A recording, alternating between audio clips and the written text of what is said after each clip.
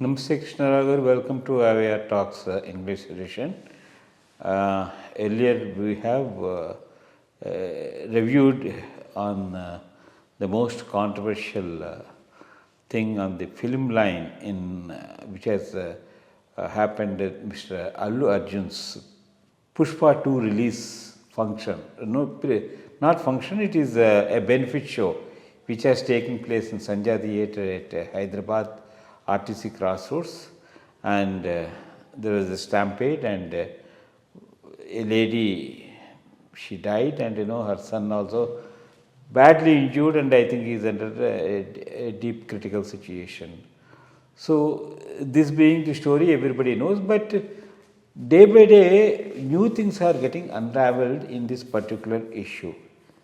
I just don't know how much fault is there on whose side and all that, and reports and the news coming in and all that day even Allu Arjun continued to stay back even after the incident, and he did not even had the minimum humanitarian approach to go and call on the people and all that. Of course, situation might be different, all that I can say, that's my thing. But that insensitivity to the situation is there on the part of the hero, that's what everyone has said. And also because this is an issue with the hype that is being created by the heroes, producers, and the total collections. Today they say how much this film has collected in 12 days, 15 days, like that. So they are all bothered about the financial angle rather than looking at the safety of the viewers. So in this connection, the police officers also, in a different way, they conducted the press meet and all that. So they should have done a judicious way of, briefing on the item, trying to elicit the facts. So all this situation has created a lot of confusion over the mind of, because he is a hero, and it is a film industry is, everybody follows the news. It goes more and more viral than any other news. So, and also, you see, the Allu Arjun's father had been to the hospital to see the boy's condition, and he said, because of the law and order problem, Mr. Allu Arjun has not gone and all that, and he said, whatever be the thing, they will protect they will cover defray the expenses of the boy who is under the process of treatment. So, but in the meantime, Usmania JSC, the people, they went and they ransacked the front part of Allu Arjun's house and all that, trying to pose a threat to his family and whatever be the thing is also. So much of confusion is there. So in light of this, what do you think, what could have been, and how the steps should be taken to prevent further damage? And if this be the case, really does the film industry move away from Hyderabad? So these are the things, certain questions are there. Can you just elucidate and then give your opinion on this? Stampedes can happen at any time, at any place. I mean, it's just a spur of the thing. Suddenly, people throng and a stampede situation develops. It can happen in a temple queue line. I mean, most vulnerable points are the temple queue lines, politicians, processions, and of course the cinema actors thing. First of all, as we discussed earlier, that Sandhya Theatre as such is a place prone for stampede even without a celebrity being there. That's the way. So a celebrity coming there, a stampede happening, looks to be something that's waiting to happen. Because one should be surprised that nothing like that happened earlier. So that's the type of a problem that you have in that theatre. One thing that's coming out, stampede is one thing, insensitivity is another thing. I mean, that's where Allu Arjun is becoming vulnerable. Point, when the police came and told there was a stampede, somebody died, immediately he should have left that place and never tried to wave to the people or show his face. calmly get back, because that something happened because of your presence there. That it didn't happen like that is not to the credit of the hero. That much I can say. But having said that, is it an issue to be played up to that level for almost all half an hour in the assembly? I don't think so. I mean, law can take its own course, there's no question about that, but whether it requires so much of a discussion in the assembly, definitely not. Then the second portion is the role of the police officers and their press conferences. I don't know that ACP, whether he is a suspended person. If he is a suspended person, why did he hold a press conference? Who authorized it?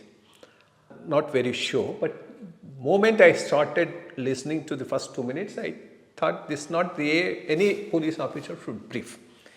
They should just confine to the facts of the case, nothing more than that.